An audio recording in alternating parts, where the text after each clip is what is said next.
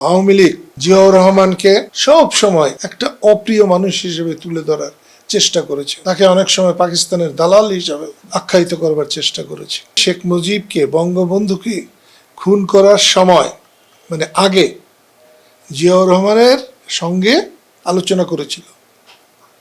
আমি বলবো এটা সম্পূর্ণ বোকাস। জিয়াউর রহমানের সঙ্গে আওয়ামী লীগের একটা বিরাট বিরোধিতা থাকতে পারে, সেটা ক্ষমতার দ্বন্দ্বে, কিন্তু জিয়াউর রহমানের ব্যক্তিত্ব অসম্ভব সুন্দর ব্যক্তিত্বের মানুষ ছিলেন জিয়াউর রহমান। এই মেজরদের সাথে জিয়াউর রহমান কোনো কুকাম করার জন্যে কোরআন নিয়ে শপথ করবেন, আমি মরে গিয়েও সেটা বিশ্বাস করব না। আমি জিয়াউর রহমানকে মেজর হিসেবে দেখেছি, মুক্তিযুদ্ধের সময় দেখেছি, এবং মুক্তিযুদ্ধের পরে যতদিন বঙ্গবন্ধু বেঁচে ছিলেন ততদিন তাকে দেখেছি। আমি তার ব্যক্তিত্বে কখনো কোনো ঘাটতি দেখিনি, এবং আমি আপনাকে বলতে পারি খুনিদের সঙ্গে জিয়াউর রহমানের কোনো কথা হয় নাই। যেতে পারে, সালাম দিতে পারে, স্যালুট করা ছাড়া তো তাদের আর কোনো সুযোগ ছিল না। আজকে মেজর সাহেবরা অনেক বড় হতে পারেন, কিন্তু সেদিন জিয়াউর রহমানের কাছে কিছুই ছিলেন না।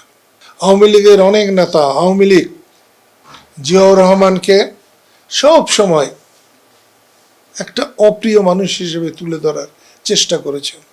তাকে অনেক সময় পাকিস্তানের দালাল হিসাবে আখ্যায়িত করবার চেষ্টা করেছে।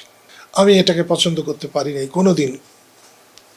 মুক্তিযুদ্ধে জিয়াউর রহমানের ভূমিকা যাই থাকুক, উনি কয়টা যুদ্ধ করেছেন, কয়টা পাকিস্তান আর্মিকে আহত নিহত করেছেন, এর চেয়ে বড় কথা উনি মুক্তিযুদ্ধে অংশগ্রহণ করেছেন। এই কথাটা যখন প্রচারিত হয় তখন দেশবাসী উৎসাহিত হয়েছিল। তার উৎসাহ মুক্তিযুদ্ধে বিজয়ের জন্যে 1% হলেও, 2% হলেও, 5% হলেও একটা দায়ী গৌরব। আমার মতো একজন মানুষ মুক্তিযোদ্ধা হিসাবে যদি বিবেচনা করা হয়, যুদ্ধের ক্ষমতা হিসাবে যদি বিবেচনা করা হয়, তাহলে হয়তো জিয়াউর রহমান আমাদের কাছে তেমন কোনো ধর্তব্যের মধ্যে আসবেন না।